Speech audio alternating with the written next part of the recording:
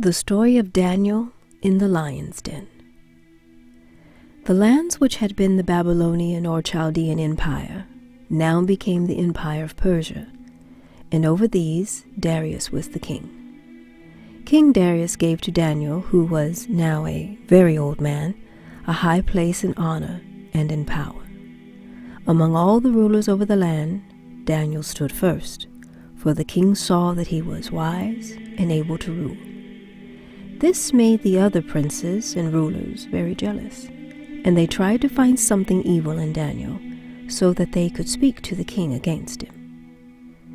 These men saw that 3 times every day Daniel went to his room and opened the window that was towards the city of Jerusalem, and looking toward Jerusalem made his prayer to God.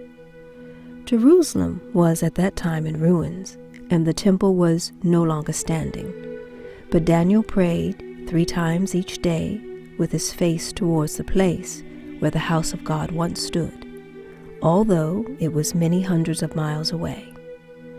These nobles thought that in Daniel's prayers they could find a chance to do him harm, and perhaps cause him to be put to death. They came to King Darius and said to him, "All the rulers have agreed together to have a law made, that for 30 days no one shall ask anything of any god or any man except from you. And king, that if anyone shall pray to any god or ask anything from any man during the 30 days except from you, he shall be thrown into the den where the lions are kept. Now, O king, make the law and sign it in writing so that it cannot be changed, for no law among the Medes and the Persians can be altered." The king was not a wise man, and being foolish and vain, he was pleased with this law which should set him even above the gods.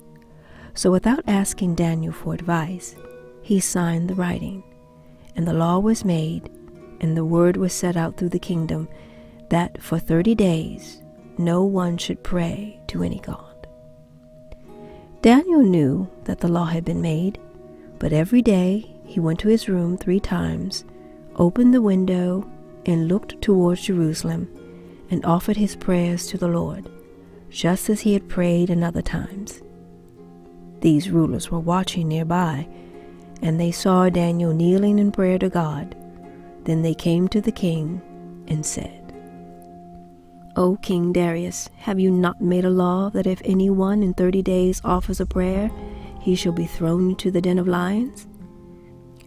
"It is true," said the king, "the law has been made, and it must stand." They said to the king, "There is one man who does not obey the law which you have made. It is that Daniel, the one of the captive Jews. Every day Daniel prays to his God 3 times, just as he did before you signed the writing of the law." Then the king was exceedingly sorry for what he had done, for he loved Daniel and knew that no one could take his place in the kingdom. All day until the sun went down, he tried in vain to find some way to save Daniel's life. But when evening came, these men again came and told him that the law he had made, and said to him that it must be kept. Very unwillingly, the king sent for Daniel and gave an order that he should be thrown into the dens of lions. He said to Daniel, "O Daniel, perhaps your God, whom you serve so faithfully, will save you from the lions." They led Daniel to the mouth of the pit where the lions were kept, and they threw him in. And over the mouth they placed a stone, and the king sealed it with his own seal, and with the seals of his nobles, so that no one might take away the stone and let Daniel out of the den. Then the king went again into his palace, but that night he was so sad that he could not eat, nor did he listen to music as he was used to listening to. He could not sleep, for all through the night he was thinking of Daniel. Very early in the morning he rose up from his bed and went in haste to the den of lions. He broke the seal and took away the stone, and in a voice full of sorrow he called out, scarcely hoping to have an answer, "O Daniel, servant of the living God, has your God been able to save you from the lions?" And out of the darkness in the den came the voice of Daniel, saying, O king, may you live forever. My God has sent his angel and shut the mouths of the lions. They have not hurt me, because God saw that I have done no wrong. And I have done no wrong toward you, O king. The king was glad. He gave to his servants orders to take Daniel out of the den. Daniel was brought out safe and without harm, because he had trusted fully in the Lord God. Then, by the king's command, they brought those men who had spoken against Daniel, and with them their wives and their children, for the king was exceedingly angry with them. They were all thrown into the den, and the hungry lions leaped upon them and tore them in pieces.